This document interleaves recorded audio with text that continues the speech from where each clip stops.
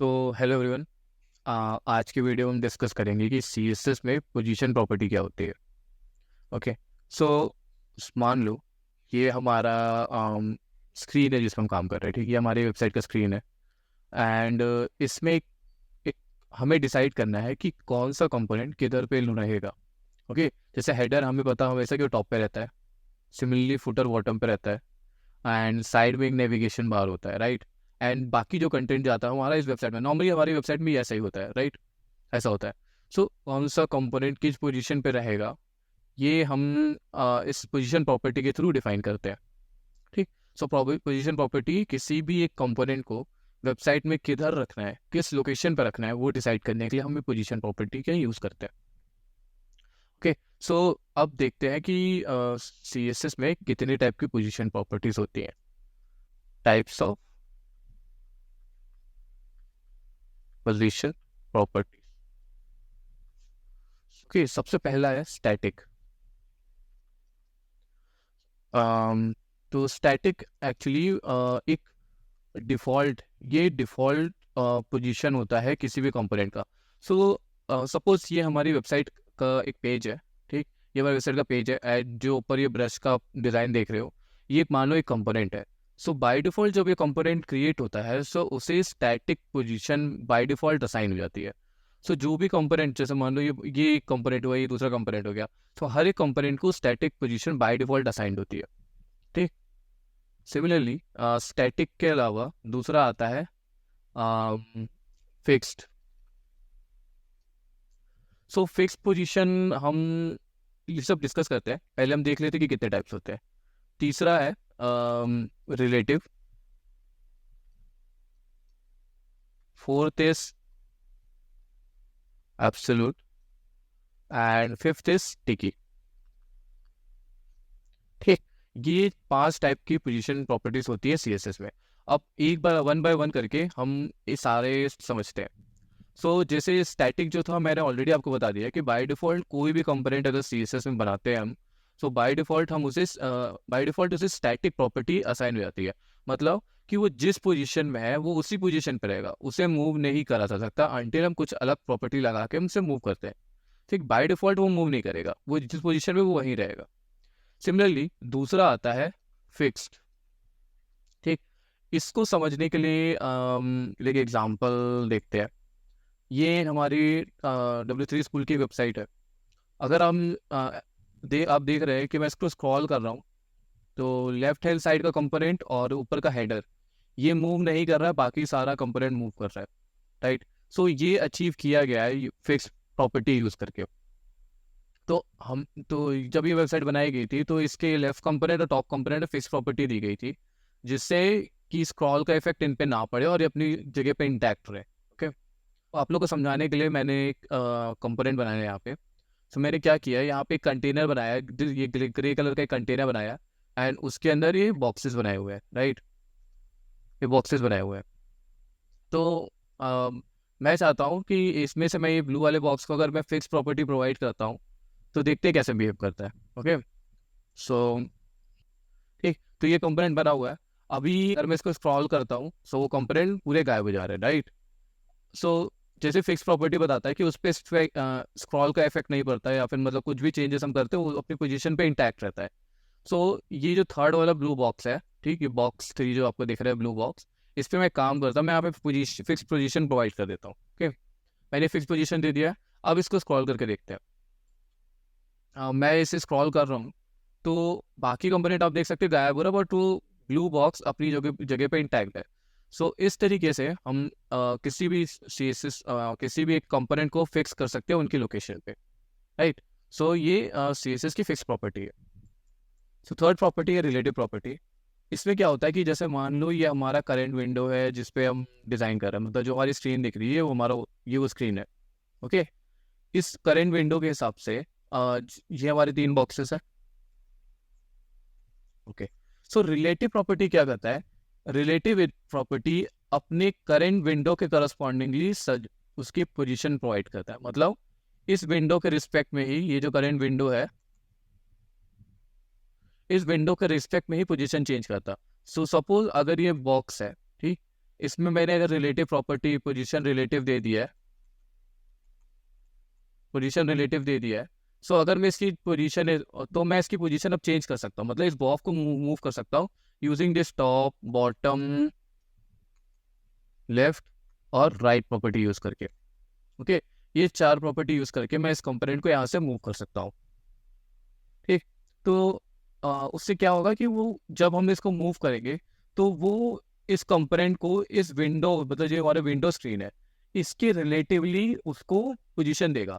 मतलब अगर मान लो मैंने इसको टॉप 10 पिक्सल दिया है, इसको टॉप 10 पिक्सल दिया, तो ये टॉप 10 पिक्सल वो इस विंडो के हिसाब से चेक करेगा, टॉप 10 पिक्सल। ओके, ये हो गया हमारा रिलेटिव प्रॉपर्टी। इसका एग्जांपल देखते हैं। तो ये हमारा बॉक्स है। सो अगर अभी देखें तो ये जो वाइट स्क्रीन आप देख रहे हो ये हमारा करंट विंडो है, राइट। इसके हिसाब से हम इस बॉक्स को हम मूव करते हैं। ओके, सो मेरे इस ग्रीन वाले बॉक्स पे मैंने पोजीशन रिलेटिव लगाया है।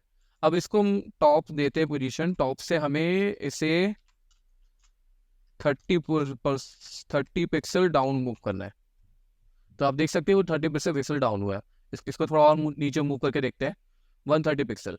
तो आप जैसे देख सकते हो तो 130 पिक्सल नीचे मूव हुआ है। ओके, बट आपने एक चीज नोटिस किया होगा, ये नीचे मूव तो हुआ है बट इसका जो लोकेशन था, मतलब जो प्रीवियस लोकेशन थी वो अभी भी इंटैक्ट है। मतलब वो वहीं पे लोकेशन अभी वहां पे है, वहां स्पेस ऑक्यूपाइड है। मतलब ये कंपोनेंट अभी भी वहीं पे है, बस उससे पोजीशन अपनी मूव किया ऊपर नीचे। टॉप हमने दिया है, अब हम चाहे तो इसको राइट और लेफ्ट भी मूव कर सकते हैं। अभी हम इसको राइट मूव करते हैं, 30 पिक्सल राइट मूव किया। तो अगर आप देखें तो राइट से इसने 30 पिक्सल मूव किया है, मतलब राइट से इसने 30 पिक्सल इस तरफ मूव कर दिया इसको। ठीक, तो इस तरीके से आप इसकी पोजीशनिंग देते हैं।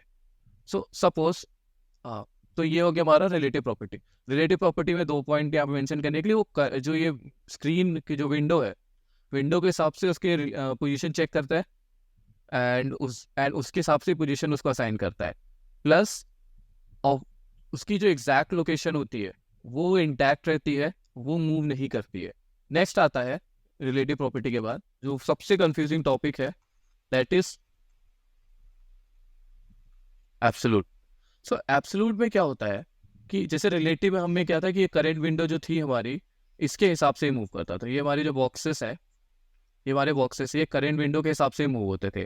बट एब्सोल्यूट में क्या होता है, वो करंट विंडो के साथ को ना चेक करके वो ढूंढता है कि मैं इसको अगर मूव करना है, ये जो कंपोनेंट, मतलब मान लो कि हमें इस कंपोनेंट पे हमने एब्सोल्यूट प्रॉपर्टी दी है, ठीक, इस पे हमने एबीएस की प्रॉपर्टी लगा दी है।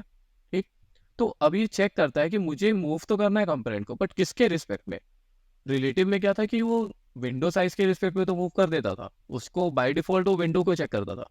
बट एब्सोल्यूट में क्या होता है, वो ढूंढता है कि मुझे किससे रिलेट करना है, मतलब किस पर्टिकुलर कंपोनेंट पे रिलेटिव प्रॉपर्टी असाइंड है।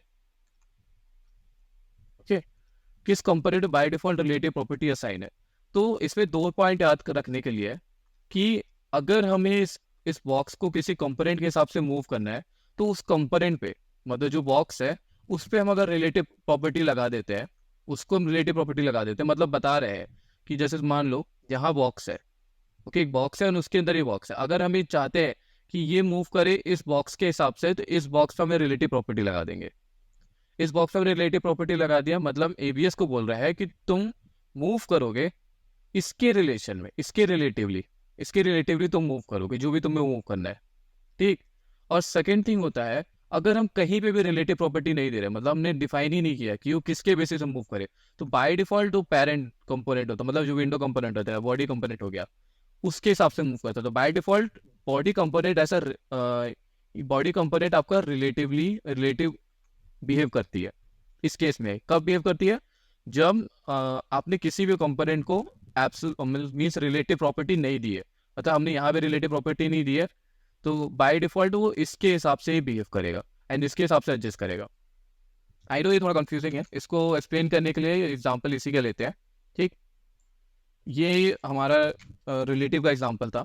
ठीक, एंड अगर अभी आप देखें तो ये हमारा कंपोनेंट है। ठीक, ये हमने उसमें रिलेटिव पोजीशन दिया हुआ है ग्रीन वाले को, एंड 130 पिक्सल उसे टॉप से नीचे उसको ड्रैग किया हुआ है। सो अगर सपोज मैं इसको अभी एब्सोल्यूट कर दूं,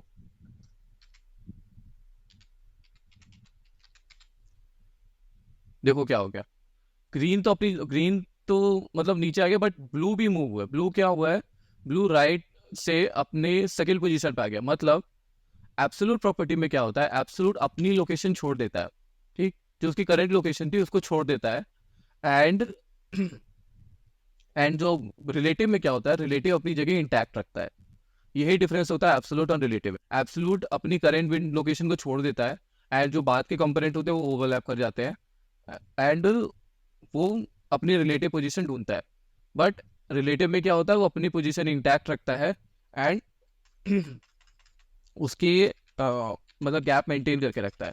मैं इसको अगर वापस रिलेटिव दे दूं तो आप देख सकते हैं कि अपनी जगह से हिला बस है वो, बट उसने अपनी जगह इंटैक्ट रखा है। तो ये डिफरेंस होता है एब्सोल्यूट और रिलेटिव में। सो मैंने इसको, चलो वापस मैं इसको एब्सोल्यूट दे देता हूँ। इसको एब्सोल्यूट मैंने वापस दे दिया, ठीक। अभी आप देख सकते हैं टॉप से 130 पिक्सल है। अगर मैं इसको राइट का कुछ लोकेशन दूं, मतलब राइट में दे देता हूँ 10 पिक्सल, तो आपको क्या लगता है वो कहाँ जाएगा, बॉक्स के अंदर? नहीं, वो देखो कहाँ चला गया, वो ये बाहर चला गया। क्यों गया है? जैसे मैंने यहाँ पे बताया था कि जब तक हम उसके पेरेंट कंपोनेंट को हम रिलेटिव पोजीशन नहीं देते हैं, तो बाय डिफॉल्ट बॉडी को as a relative component behave करेगा, एंड उसके अकॉर्डिंगली एडजस्ट करेगा। सो अभी वो जो चेक कर रहा है, वो 10 पिक्सल जो चेक कर रहा है राइट का, वो बॉक्स बॉडी के हिसाब से चेक कर रहा है, बिकॉज हमने इस कंटेनर को रिलेटिव पोजीशन नहीं दिया है। तो जब उसने हमने एब्सोल्यूट प्रॉपर्टी लगाई एंड टॉप 130 दिया एंड राइट 10 दिया, तो वो पूछ रहा है कि किसके रिस्पेक्ट में दिया है, पर हमने तो कुछ मेंशन किया नहीं था। तो बाय डिफॉल्ट वो बॉडी के रिस्पेक्ट में उसको एडजस्ट किया है। बट हम चाहते हैं कि वो यहाँ ना मूव करके इस कंपोनेंट के अंदर मूव करे, तो हमें क्या करना पड़ेगा, जो ये कंटेनर कंपोनेंट है इसको हमें पोजीशन रिलेटिव देना होगा। तो ये जो हमारा कंटेनर था, ओके, अगर हम अब यहाँ पे अगर हम इसे पोजीशन रिलेटिव मेंशन कर देते हैं, तो देखो वो कंटेनर इसके अंदर आ गया है। सो अब क्या है, अब वो एब्सोल्यूट प्रॉपर्टी क्या कर रहा है, वो इस कंटेनर को रिलेटिव मान के उसके हिसाब से एडजस्ट कर रहा है। सो ये डिफरेंस होता है इस कंपोनेंट पूरे इस रिलेटिव एंड एब्सोल्यूट में।